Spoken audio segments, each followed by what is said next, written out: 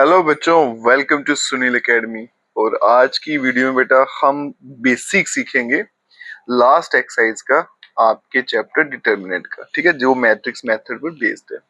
उसमें हम तीन इक्वेशंस में डील करते हैं। वो तीनों होती है नॉन होमोजेनियस, वो आगे समझेंगे क्या होती है नॉन होमोजेनियस। फिर उनको सॉल्व कैसे करना है और डिफरेंट डिफरेंट क्राइटेरिया से कंडीशंस रहती है, वो भी आपको सीखनी है कि कंसिस्टेंट कैसे होगा, इनकंसिस्टेंट कैसे होगा, यूनिक सोल्यूशन कब आएगा, नो सोल्यूशन कब आएगा। वो सारे का सारा बेसिक जो है आज की वीडियो में डिस्कस करेंगे। ठीक है, अगर आप वीडियो देखते हो तो लाइक जरूर करिएगा, चैनल को लाइक सब्सक्राइब शेयर जरूर करें। स्टार्ट करते हैं आज का वीडियो। टॉपिक रहेगा बेटा non homogeneous system of three linear equation in three variables.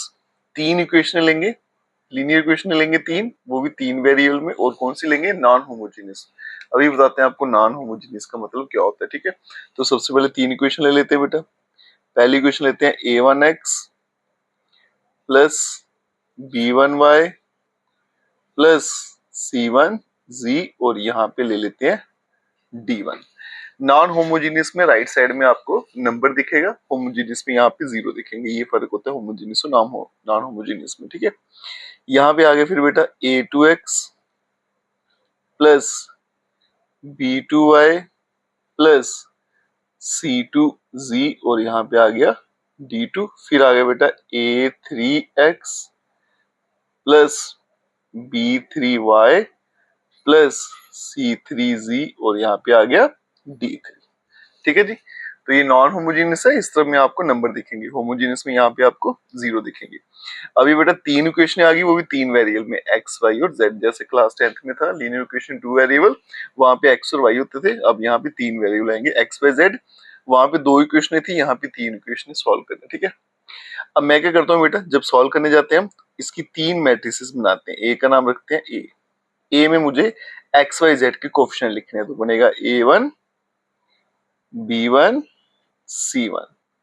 फिर आएगा बेटा a2 b2 c2। फिर आएगा यहाँ पे a3 b3 और c3।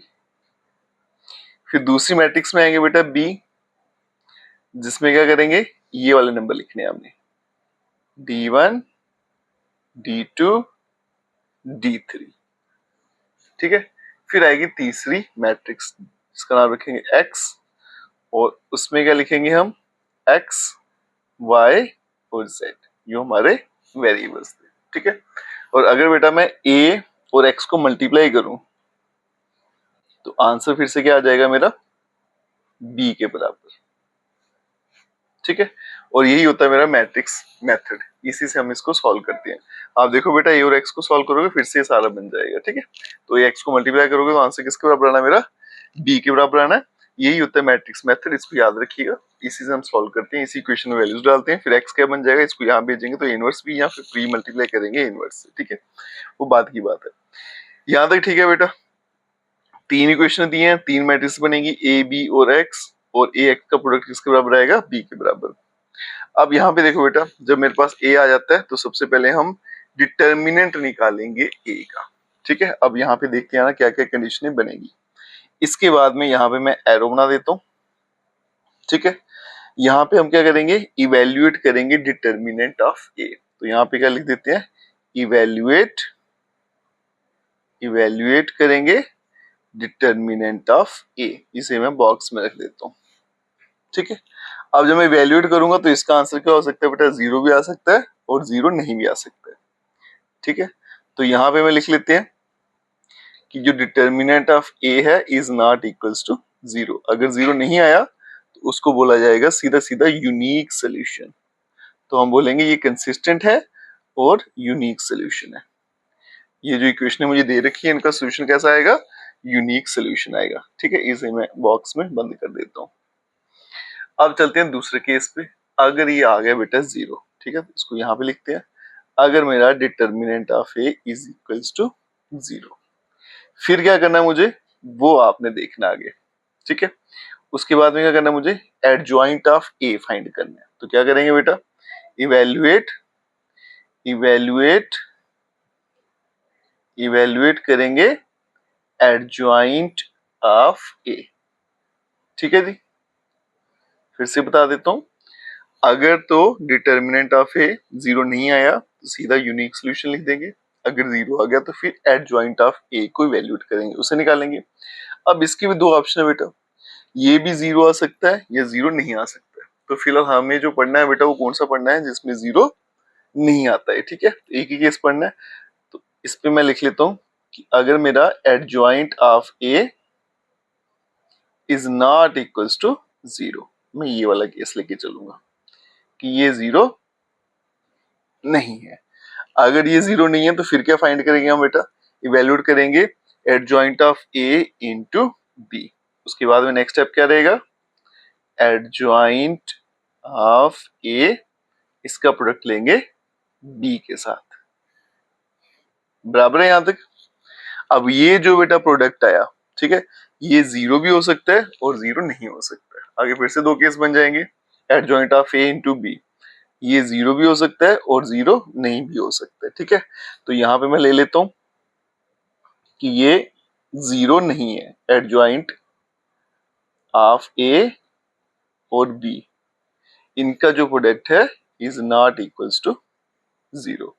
अगर ये 0 के बराबर नहीं है तो फिर हम क्या लिखेंगे, सीधा नो सोल्यूशन, ठीक है जी। और अब चलते हैं दूसरे केस पे। अगर मेरा एडजॉइंट ऑफ ए, यहां पे लिखेंगे adjoint of A dot B, इसका आंसर अगर 0 आ गया, ठीक है। अगर इसका आंसर बेटा 0 आ गया तो फिर हम क्या लिखते हैं, इनफाइनाइट मैनी सोल्यूशन, ठीक है जी। क्लियर है बेटा यहां तक, कैसे कैसे हमने सॉल्व किया। तो ठीक है बच्चों, यहां तक क्लियर है। फिर से रिपीट कर देते बेटा। आज हम पढ़ रहे हैं non homogeneous system of 3 linear equation 3 variable. 3 equation आ गई बेटा, a1x b1y c1z, यहाँ पे d1। अब याद रखिएगा बेटा, होमोजेनियस होगा तो यहाँ पे 0 होगा, नॉन होमोजेनियस है तो यहाँ पे आपको नंबर दिखेंगे। 3 इक्वेशन है तो 3 मैट्रिक्स बनानी है, ए बी और एक्स। ए में आपने बेटा ये एक्स वाई जेड के कोफिशिएंट लिखने हैं, बी में इक्वलिटी के पार वाले नंबर, और एक्स में लिखेंगे एक्स वाई जेड। मैं अगर मैं ए और एक्स को प्रोडक्ट लूं तो आंसर फिर से क्या बन जाएगा, बी के बराबर आ जाएगा। मतलब ये सारे का सारा फिर से वैसे का वैसा बन जाता है, ठीक है। इसलिए बेटा यही मैट्रिक्स मेथड की इक्वेशन है, ax is equals to B. अब ये अब इसको हम सॉल्व करते हैं बेटा, तो सबसे पहले डिटरमिनेंट ऑफ ए निकालेंगे, ठीक है। अब उसके अलग अलग केस बनेंगे। अगर मान लो ये 0 के बराबर नहीं है तो यूनिक सोल्यूशन। यूनिक सोल्यूशन मतलब एक्स वाई जेड की आपके यूनिक वैल्यूज आएंगी, इसको हम कंसिस्टेंट भी बोलते हैं। जिसमें आपका सोल्यूशन आया था उसको कंसिस्टेंट बोलते हैं। अगर ये 0 के बराबर आ गया तो फिर हम एडजॉइंट ऑफ ए को इवेल्यूएट करते हैं। अब एडजॉइंट ऑफ ए, ये 0 आ भी सकता है और नहीं भी आ सकता है, ठीक है। हमने यहाँ पे 0 जो नहीं आएगा जब, वो वाला केस डिस्कस किया। अगर ये 0 नहीं आया बेटा तो फिर क्या करेंगे, एडजॉइंट ऑफ ए को बी से मल्टीप्लाई करेंगे, ठीक है। अब इसका आंसर भी 0 आ सकता है, यहाँ पे नहीं आ सकता है। अगर ये 0 के बराबर नहीं आया, एडजॉइंट ऑफ ए और बी का प्रोडक्ट 0 बराबर नहीं है, तो क्या लिख देंगे, नो सोल्यूशन। और नो सोल्यूशन को हम क्या लिखते हैं बेटा, इनकंसिस्टेंट लिखते हैं, ठीक है। इसको याद रखिएगा। अगर एडजॉइंट ऑफ ए और बी का प्रोडक्ट 0 आ गया तो हम उसको क्या बोलेंगे, इनफाइनाइट मैनी सोल्यूशन, ये कंसिस्टेंट हो जाएगा, ठीक है। तो ये बेसिक है बेटा। मैट्रिक्स मेथड को सॉल्व करने से पहले आपको ये सारा पता होना चाहिए कि नॉन होमोजेनियस इक्वेशन क्या होती है, कौन कौन से क्राइटेरिया होते हैं कंसिस्टेंट के लिए, इनकंसिस्टेंट के लिए, और unique solution, no solution, infinite many solution कब आता है, ये सारे का सारा आपको अच्छे से आना चाहिए। एग्जाम में इस पर बेस्ड क्वेश्चन भी पूछा जाता है, और आपकी जो एक्सरसाइज है उसकी स्टार्टिंग में जो पहला क्वेश्चन है वो आप इसी पे देखोगे, कंसिस्टेंसी पे बेस्ड रहेगा, ठीक है। तो आज की वीडियो में बेटा हमने जो बेसिक था उसे डिस्कस किया।